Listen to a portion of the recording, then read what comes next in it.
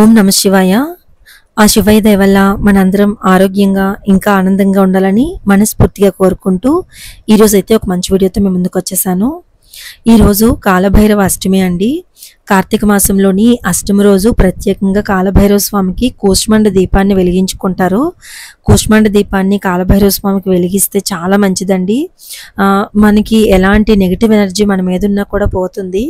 ఏవైనా పనులు సకాలంలో అవ్వట్లేదు, అలానే ఇంట్లో ఎప్పుడు కూడా ఏదో ఒక చికాకు ఉంటుంది అని అనుకుంటే కనుక కాలభైరవ స్వామికి అమావాస్య రోజు కానీ అష్టమి రోజు కానీ ఈ కూష్మాండ దీపాన్ని వెలిగిస్తే చాలా మంచిది. అందులోని ఈ కార్తీక మాసంలో వచ్చిన అష్టమి రోజు కాలభైరవ స్వామికి వడలమాల వేసి విభూతితో అభిషేకం చేయించి స్వామికి కూష్మాండ దీపాన్ని వెలిగిస్తే చాలా చాలా మంచిదన్నమాట. ఇది ప్రత్యేకంగా కాలభైరవ స్వామి టెంపుల్లో వెలిగిస్తే చాలా మంచిదండి. ఒకవేళ కాలభైరవ స్వామి టెంపుల్ మనకి అందుబాటులో లేదు అనుకుంటే శివాలయంలో వెలిగించినా కూడా చాలా మంచిదన్నమాట. అయితే నేను ముందుగా మీ అందరికీ వీడియోనైతే అందించలేకపోయాను.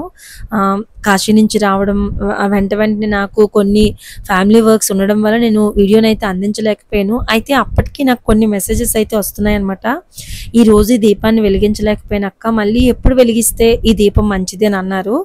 సరే, కొంతమందికైనా సరే ఈ వీడియో ఉపయోగపడుతుందేమో అని చెప్పేసి వీడియోనైతే షేర్ చేసుకుంటున్నాను. అయితే ఈ కూష్మాండ దీపం అంటే బూడిద గుమ్మడికాయలో వెలిగించిన ఈ దీపాన్ని కూష్మాండ దీపం అంటారు. ఈ కూష్మాండ దీపాన్ని అష్టమి రోజు గనక వెలిగించకపోతే, ఒకవేళ అష్టమి రోజు వెలిగించినా కూడా మళ్ళీ మనం కార్తీక మాసంలో అమావాస్య వస్తుంది కదా, పోలిపాడ్యమికి ముందు, ఆ అమావాస్య రోజు ఈ కూష్మాండ దీపాన్ని వెలిగిస్తే చాలా మంచిదండి. ప్రత్యేకంగా వైజాగ్లో ఉండే వాళ్ళకైతే చాలా మందికి తెలుసు, సింహాచలం దగ్గర కాలభైరవ స్వామి టెంపుల్ ఉంటుంది. అక్కడ కొన్ని వేల మంది భక్తులు వచ్చి ఆ అమావాస్య రోజు ఈ కూష్మాండ దీపాన్ని వెలిగిస్తారు. కాలభైరవ స్వామికి అష్టమి రోజు అలానే ఈ అమావాస్య రోజు ఈ కూష్మాండ దీపాన్ని వెలిగిస్తే చాలా మంచిది అనమాట. ఒకవేళ మీ ప్రాంతంలోని కాలభైరవ స్వామి గుడి లేకపోయినా కూడా శివాలయంలోని దీపం వెలిగించుకుంటే మంచిదండి. అయితే ఈ దీపాన్ని ఎవరు వెలిగించాలి, ఏ సమయంలో వెలిగించాలి, అలానే ఎలా వెలిగించాలి అనే విషయానికి వస్తే కనుక ఈ వీడియో కంటిన్యూ చేస్తూ చూడండి, మీకు క్లియర్గా అర్థమవుతుంది. మొదటగా వచ్చేసి ఒక అరటాకును కానీ ఒక విస్తరాకును కానీ తెచ్చుకోండి. మీ ఇంట్లో ఎంతమంది ఉంటే అంతమంది పేరు మీద కూడా మీరు ఈ దీపాన్ని వెలిగించుకోవచ్చు. అన్ని విస్తరాకులు అలా అన్ని గుమ్మడికాయ ముక్కలను కూడా పెట్టుకోండి. బూడిద గుమ్మడికాయని కొత్తగా తెచ్చుకొని పెట్టుకోవాలి. అలానే నల్ల నువ్వులను కూడా తెచ్చుకొని పెట్టుకోండి. కొంచెం అయితే సరిపోతాయి నల్ల నువ్వులు. తెల్ల నువ్వులు పనికిరావు, నల్ల నువ్వులు మాత్రమే పనికొస్తాయి. అలానే కొత్త ఉప్పును కూడా తెచ్చుకోండి. ఇంట్లో వాడుతున్న ఉప్పు అయితే పనిచేయదు ఈ దీపానికి, కొత్త ఉప్పు అయితేనే పనిచేస్తుంది అనమాట. రాళ్ళ ఉప్పు అంటారు కదా, సముద్రపు ఉప్పు అని చెప్పి, ఆ ఉప్పును కూడా తెచ్చుకోవాలి. అలానే ఒత్తులు, ఇందులోని ముఖ్యంగా నల్ల ఒత్తులతోనే దీపారాధన చేస్తే చాలా మంచిదండి. అమావాస్య రోజు అయితే పర్టికులర్గా నల్ల ఒత్తులతో చేస్తే చాలా మంచిది. ఒకవేళ నల్ల ఒత్తులు లేదు అని అనుకుంటే కనుక మీరు నార్మల్గా ఏ ఒత్తు అయినా కూడా పర్వాలేదు, కానీ ఎక్కువ నల్ల ఒత్తుతో వెలిగిస్తే మంచిది అంటారు. అది కాకుండా గోగు ఒత్తి అంటారు. అంటే మనకి నారకి ఒక గోంగూరదే దాన్ని జనుము అని చెప్పి అంటారనమాట. ఆ జనుము నుండి వచ్చిన నార ఉంటుంది, ఆ నారతో కూడా ఒత్తి వెలిగిస్తే చాలా మంచిది అనమాట. అది అన్ని ప్రాంతాల్లో దొరకదు కాబట్టి నల్ల క్లాత్ తోని మనము అంటే నల్ల ఒత్తుతోని దీపారాధన చేస్తే మంచిది అనమాట. సో అలాగే నల్ల నువ్వుల నూనె కూడా, నువ్వుల నూనె మంచిది అంటారు. సో నువ్వుల నూనె కూడా సిద్ధం చేసుకోండి. ఇదైతే ఇంట్లో వెలిగించుకున్న పర్వాలేదు ద్వారబంధం దగ్గర, కానీ మరీ ముఖ్యంగా అయితే మాత్రం శివాలయంలోని కాలభైరవ స్వామి గుడిలో వెలిగించుకుంటే చాలా మంచిది అనమాట. ఇంట్లో ఎంతమంది ఉంటే అంతమంది పేరు మీద వెలిగించుకోవచ్చు. ఒకవేళ అందరూ చేయలేమని అనుకుంటే కనుక ఎవరో ఒక్కలైనా కూడా అందరి పేర్లు చెప్పుకొని ఇంటి యజమానో లేదా భార్యో వెలిగించుకుంటే కూడా మంచిదన్నమాట. ముందుగా మనం ఎక్కడైతే వెలిగించుకోవాలనుకుంటున్నామో ఆ ప్రాంతాన్ని శుభ్రం చేసుకోవాలి. చక్కగా కొంచెం నీళ్లు జల్లి పసుపు కుంకుమ వేసి దాని మీద ఒక విస్తరాకో లేదా ఒక అరిటాకో వేసుకొని దాని మీద ముగ్గు వేసుకోవాలి. ముగ్గు వేసి కొంచెం పసుపు కుంకుమ కూడా వేసి దాని మీద కొత్త ఉప్పుని తెచ్చుకున్నాం కదా, ఆ ఉప్పుని ఒక 3 గుప్పెట్లు వేసుకోవాలన్నమాట. ఆ తర్వాత కొంచెం నల్ల నువ్వులను కూడా వేసుకోవాలి. దాని మీద కూడా కొంచెం పసుపు కుంకుమను జల్లి ఈ కూష్మాండం అంటే ఏదైతే మనకి బూడిద గుమ్మడికాయ ఉంటుందో దాన్ని 2 సమభాగాలు చేయాలి. అండ్ ఇక్కడ 2 సమభాగాల విషయానికి వస్తే ఇక్కడ మరొక డౌట్ ఉంటుంది అందరికీ, పెళ్లి కాని వాళ్ళు దీన్ని కట్ చేయకూడదు అంటారు. అంటారు. అది ఎంతవరకు నిజమో అబద్ధమో నాకు తెలియదు కానండి. మా ఫ్యామిలీస్‌లో కూడా పెళ్లి కాని వాళ్ళైతే మాత్రం ఈ బూడిద గుమ్మడికాయని కట్ చేయరు. దట్టు ఇంట్లో మగవాళ్ళే కట్ చేస్తారు. ఆడవాళ్ళు కట్ చేయకూడదు అంటారు. నిజమేనండి. బూడిద గుమ్మడికాయ మనము దిష్టి తీసి కొట్టాలన్నా, దీన్ని కట్ చేయాలన్నా కూడా మగవాళ్ళే కట్ చేయాలని చెప్తారు. సో మీ ఇంట్లో ఉన్న దాన్ని బట్టి చేసుకోవచ్చు అనమాట. మగవాళ్ళు కట్ చేసిన పర్లేదు. ఒకవేళ మగవాళ్ళు అందుబాటులో లేనప్పుడు మనం కట్ చేసుకున్నా పర్వాలేదు. కానీ పెళ్లి కాని పిల్లలతో మాత్రం కట్ చేయించొద్దు. అది మంచిది కాదు అని చెప్తారనమాట. సో అలా 2 ముక్కలుగా 2 సమభాగాలుగా కట్ చేయాలి. అది కూడా కడగకూడదండి. జస్ట్ మనం శుభ్రం చేస్తే సరిపోతుంది. అంటే కొంచెం మంచినీళ్ళతో శుభ్రం చేస్తే సరిపోతుంది కానీ కడగకూడదు. సో అలాగ శుభ్రం చేసేసి 2 ముక్కలుగా చేసేసి మధ్యలోనే సీడ్స్ అన్ని కూడా తీసేయాలి. అంటే మనం దీపారాధనకి సిద్ధం చేసుకునేటట్లుగా సీడ్స్ అన్ని కూడా తీసేసి చక్కగా పసుపు రాసి కుంకుమ బొట్లు పెట్టుకొని అలంకరణ చేసుకొని అందులో నువ్వుల నూనె వేసుకొని 3 ఒత్తుల్ని వెయ్యాలి. 3 ఒత్తులు కలిపి ఒక ఒత్తి కింద చేసుకున్నట్లు అలా 3 ఒత్తుల్ని కలిపి వేసి దీపారాధన అయితే వెలిగించుకోవాలన్నమాట. దీపారాధన వెలిగించుకునేటప్పుడు కూడా మీ గోత్రనామాలు అన్నీ కూడా మనసులో చెప్పుకొని మీరు ఎవరి పేరు మీద అయితే వెలిగించుకోవాలనుకుంటున్నారో సో వాళ్ళ పేర్లు చెప్పుకుంటూ దీపారాధన అయితే చేసుకోవాలి. అండ్ అలాగే ముఖ్యంగా అష్టమి రోజు కానీ అమావాస్య రోజు కానీ కాలభైరవ అష్టకం చదివితే చాలా మంచిదండి. ముఖ్యంగా ఈ దీపం వెలిగించుకునేటప్పుడు కాలభైరవ అష్టకం చదివితే చాలా మంచిది. ప్రతినిత్యం చదివితే చాలా మంచిది. విన్నా కూడా చాలా మంచిది. ఇంట్లో ఎలాంటి నెగటివ్ ఎనర్జీ అంటే మన మీద ఎవరైనా చెడు దృష్టితో చూసినా కూడా మన మీద ఎలాంటి ఏడుపు ఘోష ఉన్నా కూడా అదంతా పోతుంది. అలానే శివానుగ్రహం కూడా మనకు దొరుకుతుందండి. ఎప్పుడైతే మనకు శివానుగ్రహం దొరుకుతుందో అప్పుడు మన ఇల్లు ఎప్పుడు కూడా బాగుంటుంది.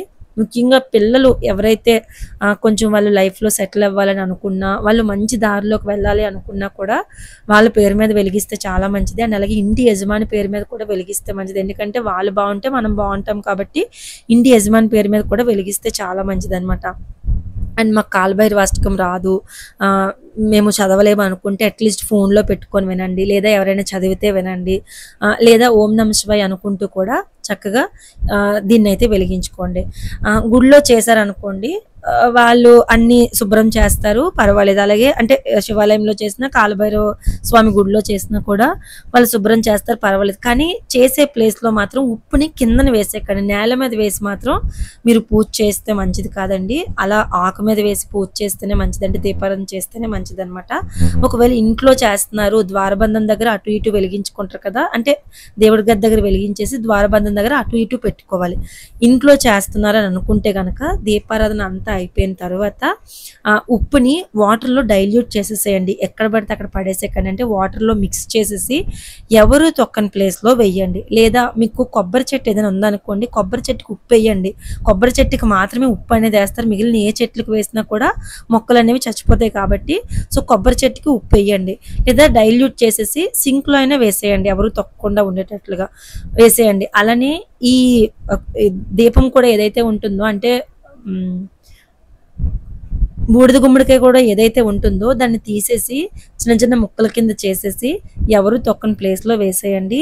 ఇది మనము ఆవుకు కానీ దేనికి కానీ పెట్టకూడదు, మంచిది కాదు. ఎందుకంటే మనం అందులోని దీపారాధన చేస్తాం కాబట్టి నువ్వుల నూనె వేస్తే పర్వాలేదు. కానీ అంటే నాకు తెలిసినంత వరకు కూడా మా నాన్నగారు మేము చిన్నప్పటి నుంచి ఆవుల మధ్యలో పుట్టి పెరిగాం కాబట్టి బూడిద గుమ్మడికాయని ఎప్పుడు కూడా ఆహారంగా పెట్టరు, ఆవులకు మంచిది కాదంట అది. సో అందుకని ఎప్పుడు కూడా మనం తినే గుమ్మడికాయని పెట్టినా పర్వాలేదు, కానీ ఎర్ర గుమ్మడికాయని ఈ గుమ్మడికాయని మాత్రం ఆవుకు పెట్టకూడదండి, మంచిది కాదు. సో అందుకని చెప్పి ఆవుకు మాత్రం పెట్టకండి. చిన్న చిన్న పీసెస్ కింద కట్ చేసేసి ఎవరు తొక్కని ప్లేస్లో వేసేయండి, సరిపోతుంది. సో ఈ విధంగా కూష్మాండ దీపాన్ని అయితే వెలిగించుకోండి. ఎవరికైతే ఇంట్లో నెగిటివ్ ఎనర్జీ ఉంది అనుకున్నా మన మీద ఎవరి మీదైనా సరే అంటే మన ఇంట్లో వాళ్ళది ఎవరికైనా సరే మనకి ఎక్కువ ఏడుపు గోల ఉంది అనుకున్నా కూడా ఈ కూష్మాండ దీపాన్ని వెలిగిస్తే మంచిది.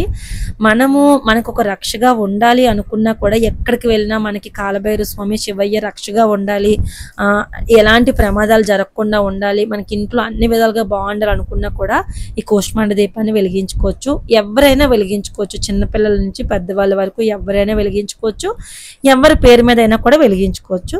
అదైతే మాత్రం నో ఇష్యూస్. ఒకటి చిన్నపిల్లలతో మాత్రం కూష్మాండాన్ని అంటే గుమ్మడికాయని మాత్రం కట్ చేయించొద్దు, అది మంచిది కాదు. వీలైతే యజమాని ఉంటే యజమానితో కట్ చేయించండి. ఇంతే. ఇంకా ఏమైనా డౌట్స్ ఉంటే నాకు కామెంట్స్లో అడగండి, చెప్తాను మీకు ఇంకా క్లియర్గా. ఈ విధంగా ఈ వచ్చే అమావాస్య ఏదైతే ఉంటుందో కార్తీక మాసంలోని అమావాస్య రోజు ఈ కూష్మాండ దీపాన్ని అయితే వెలిగించుకోండి, చాలా మంచిది. అండ్ ప్రెసెంట్ అమెజాన్ లో కూడా సేల్ రన్ అవుతుందండి. ఒకవేళ సేల్ లో ఎవరైనా ఏమైనా తీసుకోవాలనుకుంటే తీసుకోండి.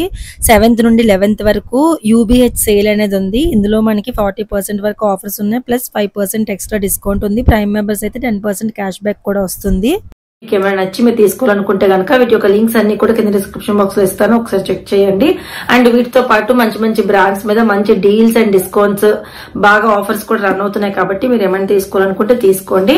అండ్ ఇంకా లేట్ చేయకుండా నేను ఏమేమి తీసుకున్నాను ఏంటి చూపించి మీకు అవి డిస్క్రిప్షన్ బాక్స్ లో లింక్స్ కూడా ఇస్తాను. మీకు యూజ్ అవుతుంది అనుకుంటున్నాను. చాలా అఫోర్డబుల్ ప్రైస్ లో తక్కువ కాస్ట్ కి నాకు బాగా యూజ్ అయినవి నేను తీసుకున్నాను అనమాట. సో అందులో ఫస్ట్ నేను తీసుకున్నాను లవ్ బ్యూటీ అండ్ ప్లానెట్ అనే బ్రాండ్ నుండి ఈ హెయిర్ మాస్క్ అయితే తీసుకున్నాను. వింటర్ లోని మనకి స్కిన్ ఎలా అయితే బాగా డ్రై అయిపోద్దో హెయిర్ కూడా బాగా డ్రై అయిపోద్ది, ఫ్రిజీ అయిపోద్ది, చాలా డల్ గా అనిపిస్తుంది. సో అలాంటప్పుడు ఈ హెయిర్ మాస్క్ అనేది యూజ్ చేసాం అనుకోండి, కొంచెం హెయిర్ అనేది కొంచెం బౌన్సీగా ఉంటుంది అండ్ అలాగే అంత ఫ్రిజీగా ఉండదు. హెయిర్ లో కూడా న్యాచురల్ ఆయిల్స్ అనేవి ఉంటాయి అనమాట. హెయిర్ కొంచెం సిల్కీగా స్మూత్ గా అనిపిస్తుంది. మెయిన్ గా కర్లీ హెయిర్ ఉన్న వాళ్ళకి ఈ ప్రాబ్లం చాలా బాగా అర్థమవుతుంది. నార్మల్ స్ట్రైట్ హెయిర్ ఉన్న వాళ్ళకంటే కూడా కర్లీ హెయిర్ ఉండే వాళ్ళకి ఇంకా ఎక్కువ ఫ్రిజీలా అయిపోద్ది అనమాట. సో అంటే అలాంటి వాళ్ళకి సో నాకు ఇది చాలా బాగా యూజ్ అవుతుంది. ఆల్రెడీ నేను దీన్ని యూజ్ చేస్తున్నాను తీసుకొని. ఇది నేను 3rd బాటిల్ తెప్పించుకున్నాను. హెయిర్ అలాగని ఎక్కువ ఊడిపోవట్లేదు, ఇది రాసుకోవడం వల్ల హెయిర్ డ్యామేజ్ లేదు, అసలు స్ప్లిట్ ఎండ్స్ కూడా తగ్గి చాలా బాగుంటుంది అండ్ చాలా స్మూత్ గా ఉంటుంది అండ్ ఒక రీఫ్రెషింగ్ అనిపిస్తుంది, ఎందుకంటే స్మెల్ కూడా చాలా బాగుంటుంది అనమాట. సో ఇదేం లేదు, తలకి స్నానం చేసే ముందు అంటే ఇలా పొడి హెయిర్ మీద గానీ లేదా వెట్ హెయిర్ మీద గానీ స్కాల్ప్ కి తగలకుండా మొత్తం ఇక్కడి నుండి టిప్స్ వరకు కింద వరకు కూడా మొత్తం అప్లై చేసేసి ఒక 15 minutes ఉంచి గోరువెచ్చని నీళ్ళతో గానీ చల్లనీటిలో గానీ స్నానం చేస్తాం అనుకోండి, హెయిర్ చాలా స్మూత్ గా ఉంటుంది అనమాట. ఒక 15 minutes మాత్రం ఉంచితే కరెక్ట్ గా వర్క్ అవుతుంది. సో అందుకు నేను ఇది వింటర్ లో అయితే మస్ట్ అండ్ షుడ్ గా వాడతాను. నార్మల్ గా కూడా వాడుతున్నాను, కానీ వింటర్ లో మాత్రం స్పెషల్ గా దీన్ని వాడడానికి కారణం మాత్రం ఇదనమాట, ఫ్రిజీగా అయిపోద్ది హెయిర్, అందుకని. సో ఇందుకే తీసుకున్నాను. తర్వాత వచ్చేసి నేను తీసుకున్నాను షుగర్ పాప్ బ్రాండ్ నుండి ఒక బీబీ క్రీమ్ కూడా తీసుకున్నాను అనమాట. సో జనరల్ గా బీబీ క్రీమ్స్ చాలా బాగుంటాయి ఫౌండేషన్ తో పోల్చుకుంటే. అందులోనే షుగర్ పాప్ బ్రాండ్ కూడా నాకు బాగా నచ్చింది. సో నేను ఇది తీసుకున్నాను అనమాట. దీని షేడ్ నెంబర్ వచ్చేసి SPF 30. ఓకే, దీని షేడ్ నెంబర్ వచ్చేసి 03 హనీ అండి. అంటే నా స్కిన్ టోన్ కి దగ్గరగా ఉండే వాళ్ళకైతే ఇది సరిపోతుంది. కొంచెం ఫెయిర్ గా ఉండే వాళ్ళకి అండ్ అలాగే ఇంకొంచెం స్కిన్ కాంప్లెక్షన్ అనేది కొంచెం తక్కువ ఉండే వాళ్ళకి వేరే తీసుకోవాలన్నమాట. సో ఇది వచ్చేసి నా స్కిన్ కి కరెక్ట్ గా మ్యాచ్ అయినట్టు చూడండి, ఫుల్ కలిసిపోద్ది అనమాట. అంటే వేసుకున్నామా లేదా అన్నట్టు ఉంటుంది, కానీ ఒక మంచి లుక్ అయితే కనిపిస్తుంది. ఎప్పుడు వేసుకోను, అన్ని టైమ్స్ లో వేసుకోను, చాలా రేర్ గా వాడతాను. అంటే ఏదైనా ఫంక్షన్స్ పార్టీస్ అలాంటప్పుడు వాడతాను. రెగ్యులర్ గా అయితే నేను బీబీ క్రీమ్స్ గానీ ఫౌండేషన్స్ గానీ ఏసీసీ క్రీమ్స్ గానీ ఏమి యూజ్ చేయను అనమాట. బికాస్ నార్మల్ గానే నా స్కిన్ చాలా డ్రై అయిపోద్ది. ఇంకా వింటర్ లోనే ఇంకా ఇలాంటివన్నీ వాడితే ఇంకా డ్రై అయిపోద్ది అని వాడను. కానీ ఫంక్షన్స్ అండ్ పార్టీస్ ఏమైనా మంచి ఈవెంట్స్ ఉండేటప్పుడు మాత్రము ఇది వాడతారనమాట. సో నేను తీసుకున్నాను ఇది 03 హనీ అండి. నా స్కిన్ టోన్ కి ఎవరి దగ్గరగా ఉన్నా కూడా 03 హనీ తీసుకోండి, చాలా పర్ఫెక్ట్ గా బ్లెండ్ అయిపోద్ది. సో చూడండి ఎంత పర్ఫెక్ట్ గా బ్లెండ్ అయిపోద్దో అండ్ చాలా మాయిశ్చరైజ్ గా ఉంది. అంటే మనకి ఏంటంటే ఇందులో షియా బటర్ ఉండడం వల్ల ఏంటంటే చాలా మాయిశ్చరైజ్ గా ఉంటుంది అండ్ ప్యాచీగా డ్రైగా ఉండదు అనమాట. సో అందుకే తీసుకున్నాను. అండ్ ఇంకొకటి వచ్చేసి నేను తీసుకున్నాను మైగ్లామ్ నుండి సింధూర్ స్టిక్ తీసుకున్నానండి. సో ఈ సింధూర్ స్టిక్ తీసుకున్నాను ఇక్కడ పెట్టుకోవడానికి అండ్ బొట్టుగా కూడా దీన్ని యూజ్ చేయొచ్చు అనమాట. సో సింధూర్ స్టిక్ తీసుకున్నాను.